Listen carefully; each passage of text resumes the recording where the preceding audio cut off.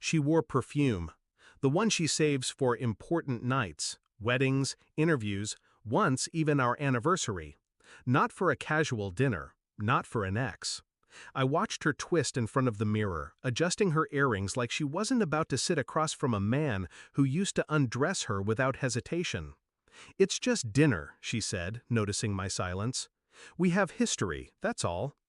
Then her tone sharpened. "Stop being so controlling."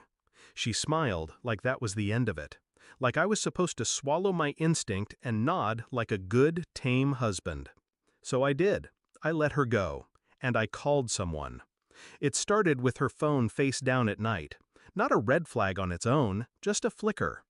Then came the late texts, the sudden urgency to get some air, the way her laughter softened when she was texting someone else, not me. I'd ask her who it was, and she'd say something vague. A coworker, her sister. But her sister never texted her at 11:43 p.m. with 3 smiley faces and a heart. Still, I waited. I listened. The lie came wrapped in confidence. "We're meeting at Mendez, you know it. Public, safe, stop being dramatic." I nodded, kissed her on the cheek, told her to enjoy herself. But that kiss wasn't affection. It was surveillance. I made a reservation at the same restaurant, 2 tables over, candlelight, dim enough to be invisible, bright enough to see everything. I didn't go alone. I brought someone. Someone beautiful, not flashy, just disarming. She understood the assignment. She laughed at my jokes and leaned in when she didn't have to. When my wife walked in, I felt the shift before I saw her face. She spotted me, paused, stared. Her smile faltered, but she kept walking, to him, the ex, tall, confident, smug in the way only a man with history dares to be. They sat. She kept glancing at me, like a moth circling a flame she couldn't admit was burning her skin. I didn't acknowledge her, not even a nod. I let her sit in that silence, and I let her wonder.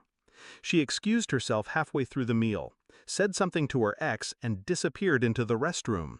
15 minutes, then 20. He checked his watch, flagged the waiter, paid. She didn't come out, not while he was there. I never left my table, never moved, just watched the door she vanished into. And when she finally came out, eyes red and cheeks blotched, she didn't return to him. She walked right past his empty seat, right out the front door. No words, but her hands were shaking. She waited until we got home to speak. "You embarrassed me," she whispered. I was removing my jacket, slow and precise, like a surgeon preparing for something delicate. She stepped closer. "You showed up to spy on me?" I turned, met her eyes. "No," I said. "I showed up to see what kind of woman you become when no one's watching." That hit. She staggered back a step. "So what? I didn't do anything wrong. It was dinner." "Then why did you cry in the bathroom?" Her mouth opened, closed. You didn't expect to see me smiling, did you? You expected me to be home, pacing, doubting myself." Her lips trembled. "You were mine when you left," I said. "But the moment you made him feel like he had a chance, you stopped being anything to me." Silence. A silence that suffocated. She turned away, muttering something I didn't catch. Maybe a sorry, maybe a curse. Doesn't matter. I walked past her, picked up my phone. "Going out?" she asked, barely audible. "No," I smiled coldly.